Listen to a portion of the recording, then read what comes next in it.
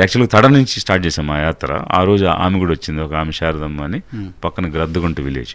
ఆమె చెప్తూ ఉంది ఆ రోజు సూలూరుపేటకి మా పిల్లలు బయటికి వెళ్ళేవాళ్ళు. అయితే పొద్దున్నే వంట చేసే అంత పరిస్థితి మాకు ఉండేది కాదు. రాత్రి మిగిలిన అన్నమే చద్దన్నం బాక్సులు పెట్టి పంపించేదాన్ని. పిల్లలు ఇంటికి వచ్చి సాయంత్రం గొడవ చేసేవాళ్ళు, ఏంటమ్మా అందరూ వేడి వేడి అన్నం తింటున్నారు, నువ్వు చద్దన్నం పెడుతున్నావు, అందరిలో కూర్చుని తినాలంటే మాకు బాధగా ఉంటుందని వాళ్ళు వ్యక్తం చేస్తూ ఉండేవారు. వాళ్ళ హస్బెండ్ వచ్చి ఆటో డ్రైవర్, అతను తాగేసి పడుకునేవాడు, పైసా ఇంట్లో ఇచ్చేవాడు కాదు. ఆ తర్వాత ఆటో కూడా పోయింది, తాగడానికి అలవాటు పడిపోయాడు, పట్టించుకోవట్లేదు. కానీ ఈమె పిల్లలిద్దరిని పెంచాలని శ్రద్ధగా చేస్తే ఈ ఆసరా ప్రోగ్రాం వచ్చిన తర్వాత ఇంక రోజు వేడి వేడి అన్నం వండి ఆమె పొద్దున్నే పెట్టి పంపించడం స్టార్ట్ చేసింది.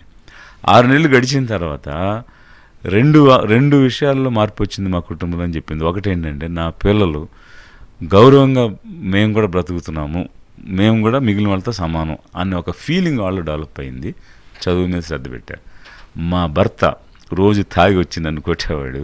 నేను కుటుంబాన్ని వదిలేసి నా మనం నేను ఉంటే, నా భార్య ఎంత శ్రద్ధ తీసుకుని పిల్లల్ని చదివిస్తూ వాళ్ళని మనుషులుగా తయారు చేస్తూ ఉంది, అలాంటప్పుడు నేను ఎంత పాపం చేస్తున్నానా అని పశ్చాత్తాపడి తాగడం కూడా మానేసి కుటుంబాన్ని చూసుకుంటున్నాడని చెప్పింది. రిలేషన్ వచ్చింది. సో చాలా ఆశ్చర్యం కలిగింది మాకైతే.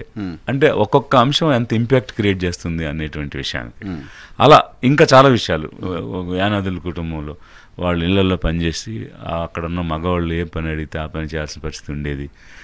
చాలా బిక్క చచ్చి మనసు చంపుకుని చేసేవాళ్ళం. ఎప్పుడైతే కడుపు నిండిందో ఆలోచించడం మొదలుపెట్టాం, ఇట్లాంటి అవమానకరమైన పనులు ఎందుకు చేసుకోవాలి, మనల్ని మనం మన శీలాన్ని హరించే పనులు ఎందుకు చేసుకోవాలి అని ఒక రెస్పెక్ట్తో బ్రతకడం స్టార్ట్ చేసామని ఇట్లా సో మెనీ స్టోరీస్ వాళ్ళు సక్సెస్ స్టోరీస్ చెప్పుకోవడం అనేది జరిగింది. సో ఐఏఎస్ ఆఫీసర్గా అంత సక్సెస్ చూసారు, చేయగలిగారు. మీరు ఇప్పుడు ఏవైతే చెప్తున్నారో ఇవన్నీ మీ కెరీర్లో చేయగలిగారు, ఎంతో కొంత మీ స్థాయిలో మీరు చేయగలిగారు. బట్ ఒక ఎమ్మెల్యేను ఒక ఎంపీ అయితే కూడా చేయగలరా? అంటే ప్రభుత్వం లేకుండా కేవలం ఒక ఎమ్మెల్యే, కేవలం ఒక ఎంపీ కెన్ డూ ఇట్. ఇక్కడ మనం గమనించాల్సిందంటే మనది ఒక democratic nation. So ultimate power ఎక్కడ ఉంటుంది అని అంటే ఎలక్టెడ్ గవర్నమెంట్లోనే ఉంటుంది ఆబ్వియస్లీ. సో కాబట్టి ఒక పాలసీ తేవాలన్నా, దాన్ని ఇంప్లిమెంట్ చేయాలన్నా, లేదు దాన్ని ఇంకా వేరే రకంగా తీసుకెళ్లాలన్నా కూడా అక్కడే సాధ్యం అవుతుంది. మీరు అన్నట్టు అధికారం ఉంటే ఖచ్చితంగా అన్ని రకాల వెసులుబాట్లు ఉంటాయి. ఒక్క ప్రతినిధిగా ఉంటే మన చేతిలో అధికారం ఉండదు, కానీ చట్టసభలో ఉంటాం. అసలు అంటే ఈరోజు చట్టసభల్లో జరగాల్సిన విధంగా చర్చలు జరగడం లేదు కదా. వ్యక్తిగతమైన ఆరోధనలు లేదా వ్యక్తిగతమైన దోషణలే జరుగుతున్నాయి. బట్ వాస్తవంగా అది డిజైన్ అయింది అందుకు కాదు కదా. చట్టసభలో ప్రజలకు సంబంధించిన విషయాలు చర్చిస్తూ అవసరాన్ని బట్టి చట్టాలు తీసుకురావడమో మార్పు చేయటమో చేసుకుంటూ అది పాలనా యంత్రాంగానికి ఇవ్వాల్సిన వ్యవస్థగా ఉండాలి. బట్ ఓవర్ ఏ పీరియడ్ అది వ్యక్తిగతం అయిపోయింది. ముఖ్యంగా ఈ ప్రాంతీయ పార్టీలు వచ్చిన తర్వాత అయిపోయింది. ఈ నాయన తిట్టాడో ఆయన తిట్టాడో అని చూసుకుంటూ అది ఒకటే. తిట్టడంలో ఎంజాయ్మెంట్ ఒకటే, పొగడటంలో ఎంజాయ్మెంట్ రెండు. ఇవి రెండే జరుగుతున్నాయి. బట్ అది ఈ ఎవల్యూషన్లో అలా అయ్యింది. ఎవల్యూషన్ సైకిల్లో మళ్ళీ సైకిల్స్ మారుతూ ఉంటాయి. సో డెఫినెట్గా ఇట్లాంటి వాయిస్లు అనేవి కూడా రావడం స్టార్ట్ అయినప్పుడు ప్రజలు కూడా ఆలోచిస్తారు. ప్రజలు ఎటువైపు మొగ్గుతున్నారు అన్నప్పుడు ఆటోమేటిక్గా వీళ్ళు కూడా అటు మారడానికి అవకాశం ఉంటుంది. అందువల్ల ప్రయత్నం చేస్తే జరగవచ్చు అనేటువంటి ఒక హోప్. మీ ప్రయత్నాన్ని తప్పుపట్టట్లేదు, మీ ప్రయత్నంలో చిత్తశుద్ధి లోపాన్ని కూడా నేను ఎక్కడ చూడట్లేదు. ఇన్నిసార్లు ఈ క్వశ్చన్ ఎందుకు అడుగుతున్నాను అంటే, తెలుగు రాష్ట్రాల్లో బ్యూరోక్రసీలో పనిచేసి వచ్చి ఇటువంటి ప్రయత్నాలు చేసిన వాళ్ళు కొంతమంది ఉన్నారు. ఫెయిల్డ్ ఎగ్జాంపుల్స్గా ఉన్నాయి. జయప్రకాష్ గారు కావచ్చు, మళ్ళీ జేడీ లక్ష్మీనారాయణ గారు కావచ్చు. జయప్రకాష్ గారు ఒక్కరే సభలోకి వెళ్ళగలిగారు. సభలోకి వెళ్ళారు, వెళ్ళి ఇప్పుడు ఇంకా అసలు రాజకీయ పార్టీని నేను ప్రయత్నం చేశాను, ప్రజలు నాతో ర్యాలీ కాలేదు కాబట్టి నేను వదిలేస్తున్నాను, ఇప్పుడు చేయలేను అని చెప్పారు నాతో ఇంటర్వ్యూలో అన్నారు. సో లక్ష్మీనారాయణ గారు ఏదో మళ్ళీ ప్రయత్నం చేస్తున్నారు ఆయన సర్వీస్ వదిలేసి వచ్చి. సో సక్సెస్ అయిన సందర్భాలు చాలా తక్కువ కనపడుతున్నాయి. మీ కాన్ఫిడెన్స్ ఏంటి?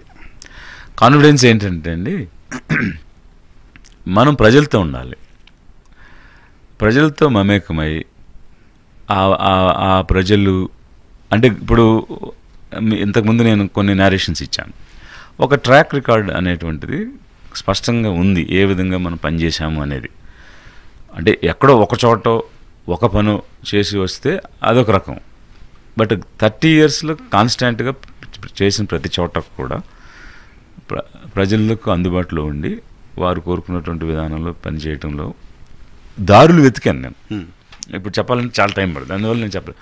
అంటే రూల్స్ చాలా ఉంటాయి, జీవోస్ ఉంటాయి, యాక్ట్స్ ఉంటాయి. విల్లుంటే వే కూడా ఉంటుంది. That is the right word. So విల్లుంటే వే ఉంటుంది. అలాంటి ప్రయత్నాలు చేశాం. నేను విజిటిఎం యూడిఏ అంటే కూడా ఇప్పుడు సిఆర్డిఏ అయింది కదా, దాని పేరు మార్చారు కదా, అక్కడ వైస్ చైర్మన్గా ఉండేవాడిని. ఒక ఆయన ఒక గ్రానైట్ ఫ్యాక్టరీ పెట్టుకోవడానికి వచ్చాడు మంగళగిరి పక్కన. వస్తే అది ఈ జోన్లో లేదు, అది ఇవ్వడానికి వీల్లేదని మా వాళ్ళు ఫైల్ రాసి పంపించేశారు. పంపించేసిన తర్వాత అతను ఏంటంటే స్టార్టప్గా పెడుతున్నాడు, నేను పెట్టుకుంటాను, 10 మందికి ఉపాధి కల్పిస్తాను, నాకు ఏదో రకంగా ఇవ్వండి అంటాడు. ఉన్న ఫ్రేమ్వర్క్ ఆఫ్ రూల్స్లో అక్కడ ఇండస్ట్రియల్ జోన్ అని, రెసిడెన్షియల్ జోన్ అని, ఇలా జోన్ వైజ్ ఉంటాయి కదా డెవలప్మెంట్లో. వాస్తవంగా అయితే అది లేదు. కానీ అక్కడ డెవలప్మెంట్ని దృష్టిలో పెట్టుకుని, దాని యొక్క ఆబ్జెక్టివ్ని దృష్టిలో పెట్టుకుని చేయడానికి ఎక్కడో ఒక చిన్న దారి ఉంటుంది. ఆ దారి ఏంటంటే ఈ రకమైనటువంటి పరిస్థితిలో దీన్ని మనం ఇవ్వచ్చు, ప్రొవైడెడ్ ఇఫ్ గవర్నమెంట్ అప్రూవ్స్ అనేది ఒక వర్డ్ ఉంది. అది వెతికి నేను ఆ ప్రపోజల్ తయారు చేసి నేను గవర్నమెంట్కి పంపించాను. పంపిస్తే ఇంటెన్షన్ బాగుంది, దాని అవుట్కమ్ బాగుంది కాబట్టి ఇవ్వచ్చు అని గవర్నమెంట్ అప్రూవ్ చేసింది. అది తీసుకున్నాడు, ఆయన ఫ్యాక్టరీ పెట్టాడు. పెట్టిన తర్వాత అంటే సో అట్లా మీరు అన్నట్టు where there is a will there is a way. Reject చేయడం, ఇది ఫిట్ కాదు కాబట్టి ఇవ్వలేం అని చెప్పటం అనేది సాధారణంగా ప్రభుత్వంలో జరిగేది. అందుకే ప్రభుత్వంలో పనిచేసే అధికారులన్నా, అక్కడ జరిగే విధానం అన్నా ప్రజలు విసుగెత్తడానికి, చిరాకు పడటానికి కారణం ఏంటంటే కాదు ఎలా చేయకుండా ఎగ్గొట్టవచ్చు అన్న దాని మీదే ఫోకస్ ఉంటుంది. ఏదో ఒక విధంగా దీనికి దారి చూసి ఇవ్వచ్చు అన్నదాని మీద ఫోకస్ ఉండదు. అది నేను చేస్తూ 10 మందికి నేర్పిస్తూ వచ్చాను గత 30 సంవత్సరాలుగా. అది ఫస్ట్ పాయింట్. రెండవది, ప్రజలతో ఉండి ప్రజల యొక్క నమ్మకాన్ని కనుక మనం గెలుచుకోగలిగితే ఖచ్చితంగా మనం విజయవంతం అవుతాం. ఆ నమ్మకాన్ని గెలుచుకునే కార్యక్రమంలో ఉన్నాను ఈరోజు నేను. సో ఇప్పుడు నిజంగా జయప్రకాష్ గారు అయితే సిన్సియర్ ప్రయత్నం చేశారు. ఒక స్టేజ్లో మంచి ఇంపాక్ట్ కూడా వచ్చింది. బట్ కొన్ని పరిస్థితులు మరి అలా జరిగాయి. బట్ అంత మాత్రం చేత మనం కాలేకపోతాము అని అనుకోవాల్సిన అవసరం లేదు. అరవింద్ కేజ్రీవాల్ ఉన్నారు, ఆయన రెవెన్యూ సర్వీస్ నుంచి వచ్చారు. Now he is a chief minister of national capital. కాబట్టి సక్సెస్ ఉంది, ఫెయిల్యూర్ ఉంది. సో మన ప్రయత్నంలో లోపం లేకుండా చేస్తే ఖచ్చితంగా సక్సెస్ అవుతాను నమ్మకం అయితే నాకు ఉంది. ఎందుకని అంటే ఏ మాట చెప్పినా, ఏ పని చేసినా మనల్ని నమ్ముకున్న వారి యొక్క నమ్మకం వమ్ము కానియకుండా చేసుకుంటూ వచ్చాను. కాబట్టి రాబోయే రోజుల్లో కూడా నమ్మితే అది వమ్ము కాదు. That is the track record. అది మనం మెయింటైన్ చేయగలుగుతాం. ఎందుకు మెయింటైన్ చేయగలుగుతానంటే అదర్ ఇంట్రెస్ట్లు ఏం లేవు. ఇది చూడాలి, ఈ పవర్ చూడాలి, లేకపోతే ఈ ఫెసిలిటీ చూడాలి, ఈ కంఫర్ట్ చూడాలి, పవర్ కోసం కాదు అనే ఇంట్రెస్ట్ మనకు లేవు. పవర్టీ పవర్ అనేది ఇంట్రెస్ట్ అంతే కాదు, దానికోసం ఏదో రకంగా వెళ్ళిపోవాలి, సర్వ్ చేయాలి అన్న ఇంట్రెస్ట్తోనే మనం పనిచేస్తున్నప్పుడు ఆ ఇంట్రెస్ట్ ఉంటే దానికోసం ఎవరిని ప్లీజ్ చేయాలి, ఎవరిని అప్పీజ్ చేయాలి, ఎవరిని జారువిడ్చుకోకుండా ఉండాలి అనేటువంటి నిరంతరంగా వస్తూ ఉంటాయి. మనకు గోల్ క్లియర్గా ఉండి అదర్ ఇంట్రెస్ట్ లేనప్పుడు ఇంక దేనికి వెరవాల్సిన అవసరం లేదు, భయపడాల్సిన అవసరం లేదు. సో ఏపీలో వాలంటీర్ల వ్యవస్థకి రూపకర్త మీరేనా? వాస్తవంగా అయితే వాలంటీర్ వ్యవస్థ అనేది నేను ఎస్సీ కార్పొరేషన్లో వీసీ అండ్ ఎండీగా పనిచేసినప్పుడే మండలానికి 10 మంది వాలంటీర్లు పెట్టాను నేను. పెట్టి రన్ చేశాను నేను. ఏ విధంగా రన్ చేశానంటే అప్పుడు వెల్ఫేర్ ప్రోగ్రామ్స్ డిఫరెంట్ లోన్స్ ఇచ్చేవాళ్ళు, లక్షల కొల లోన్లు ఇచ్చేవాళ్ళు. ఈ లోన్లు బ్యాంక్ వాళ్ళు ఇచ్చేవాళ్ళు. బ్యాంక్ వాళ్ళు ఏం చేస్తారంటే వేరియస్ బీసీ కార్పొరేషను, కాపు కార్పొరేషను, ఇట్లా ఎస్టీ ఇలా వేరియస్ కార్పొరేషన్స్ నుంచి సబ్సిడీ ఇస్తే దానికి బ్యాంక్ లోన్ జమ చేసి ఒక యూనిట్ ఇస్తారు. వాళ్ళు ఏం చేసేవారంటే సబ్సిడీ మాత్రం వాళ్ళకి ఇచ్చి లోన్ ఇచ్చేవాళ్ళు కాదు.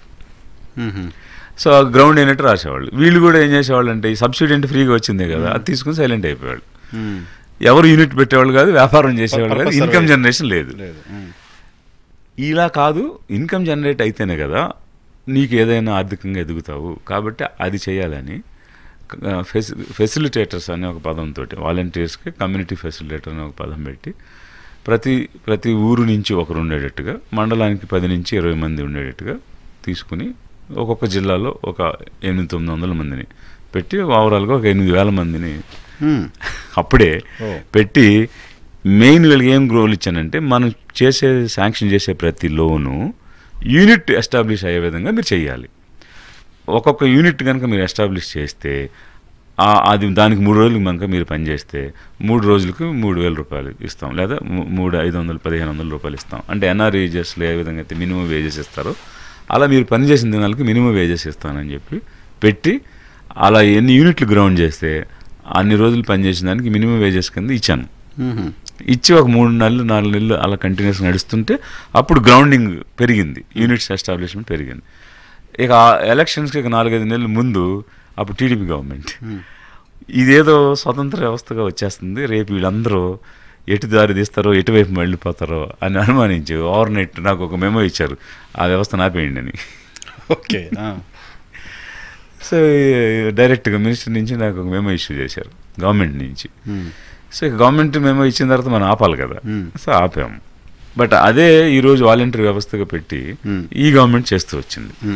అయితే ఇన్సిడెంటల్గా ఆ రిక్రూట్మెంట్ నేనే చేశాను మళ్ళీ ఇక్కడికి వచ్చింది. ఆ తర్వాత నా పోస్ట్ మారిన తర్వాత సచివాలయ వ్యవస్థ, వాలంటీర్ వ్యవస్థ, వాళ్ళ రిక్రూట్మెంట్ 2.5 లక్షల మంది వాలంటీర్ని, 1,30,000 మంది సచివాలయ సిబ్బందిని రిక్రూట్ చేయటం 60 రోజుల్లో చేశాం. నేను గిరిజాశంకర్ ఇద్దరు కమిషనర్స్గా ఉండి 60 డేస్లో 1,30,000 ఉద్యోగాలు ట్రాన్స్పరెంట్గా ప్యూర్లీ అన్మెరిట్. 2 లక్షల పైన కదా ఉద్యోగాలు, 2.5 లక్షలు వాలంటీర్స్. సచివాలయ ఉద్యోగాలు కూడా మీరే చేసిండ్రు, అది ఏపీఎస్సీ నుంచి చేసినట్టున్నారు. ఏపీఎస్సీ చేయలే, మేమే చేసాం. డైరెక్ట్గా పేపర్ నోటిఫికేషన్ ఇచ్చి ఎగ్జామ్ ఇంటర్వ్యూ కండక్ట్ చేసి అపాయింట్మెంట్ ఇచ్చాం. అంటే ఏపీఎస్సీ ఎలా అయితే చేస్తుందో అలాగే చేసాము, బట్ డిపార్ట్మెంట్ వైజ్ చేసేసాం. మున్సిపల్ అడ్మినిస్ట్రేషన్ నేను, పంచాయతీరాజ్ అతను.